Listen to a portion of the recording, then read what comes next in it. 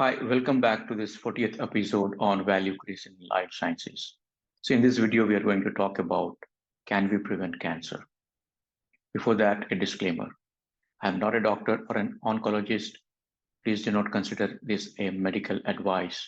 Please consult your doctor before following on any advice given in this video. Thank you. So, in the last week, we saw a very large deal done by Pfizer. Pfizer acquired Seagen for around $43 billion, if I'm correct. And the CEO of Pfizer says that 1 in 3 people will have cancer in the long time. And that's why he sees that as an opportunity to acquire Seagen. That's actually a very scary picture. So why 1 in 3 people will have cancer in the long term? What's happening actually?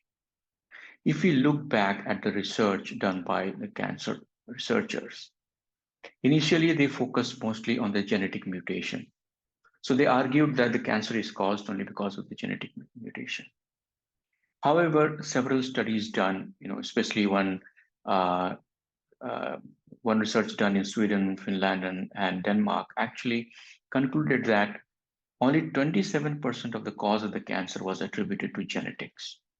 The rest, 73%, was environmental factors. What does that mean? It has been shown that if a Japanese woman moves to US, her chance of getting breast cancer almost triples in 2 generations. The same happens with the indigenous people, the Canadian Inuit. Before 1923, they did not have any prevalence of cancers, or the cancer was very negligible. However, after World War II, they had to shift to urban centers, and in the next generations, their cancer almost moved up 3 times. Initially, their diet was mostly natural food, fish, low carbohydrate and fat. However, when they moved to the urban cities, their diets composed of refined grains and sugar. Let's understand this with the concept of seed and soil. So when the Japanese movement moves to the US, the seed remains the same. Seed meaning the genetic makeup, and the soil is the environment that has changed actually. I'll give you a very interesting analogy about seed and soil. So I hail from a small town called Jharkhand, sorry, Devghar, which is in the Jharkhand state of India. So when I went there for a holiday and I was having cauliflower curry, I said to my father that the taste of cauliflower is so good here. It's much better what I get in Barcelona. And he says, oh, you like the cauliflower here? When I go to my village, I like it there. What we're trying to see here is the difference between localism and globalism. This is the price we are paying for the globalization. As we move to a bigger city, we get more industrialized food. The quality of the food goes down, because we have to cater to a large number of people. Actually, we cannot. It's very hard to grow our own food. We don't have time to do that, actually, right? And we end up eating processed food. So look at your plate, what you're eating right now. So in the evening, when I go to pick up my daughter, I see most of the children are having, all this processed food full of sugar. But the point is not that, they're having, processed food. It's okay to have once in a while. It's the constant exposure that's the problem. If you're having a constant exposure to radiation, you have very higher chances of getting cancer.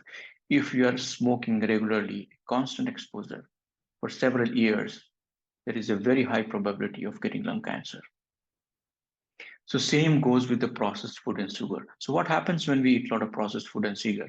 We become obese. Obesity has become a problem. Because of the obesity, the incidence of the cancer has also increased. So because of this eating these kind of foods, which we can actually control, the incidence of, if you see the obesity, the hyperinsulinemia, type 2 diabetes. In fact, if you are diabetic, your chances of getting cancer increases 25%. So can we control this? To a certain extent, yes. I mean, say today we are living in such a funny world that if you start eating natural food, more natural food, let's say in your plate you have more natural food than processed food, you know what will happen? Everybody will tell you, oh, are you on a diet? That's the funny world we are living in, right? So, one rule of thumb I always use is If your grandmother is not able to recognize what you are eating, please do not eat it.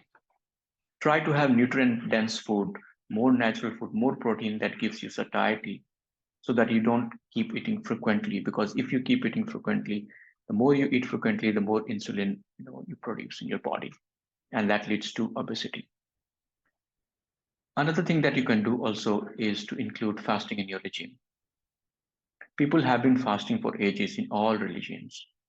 Fasting has tons of benefits. First of all, because of the time restricted eating, now you will not keep eating throughout the day.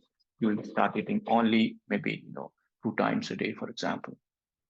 And with the low carbohydrate and natural food, you can actually reduce your weight. You can reduce obesity. You can, in fact, reverse type 2 diabetes as well. So I hope you find this video useful. Please do not hesitate to share with your friends. And I hope if it you change your diet, those environmental factors which we can control, maybe in the coming years, the CEO of a large pharmaceutical company could say that instead of 1/3 people getting cancer, it has reduced to only 1/5 getting cancer, only 1/10 getting cancer. Thank you very much for watching, and I'll see you in my next video. Thank you.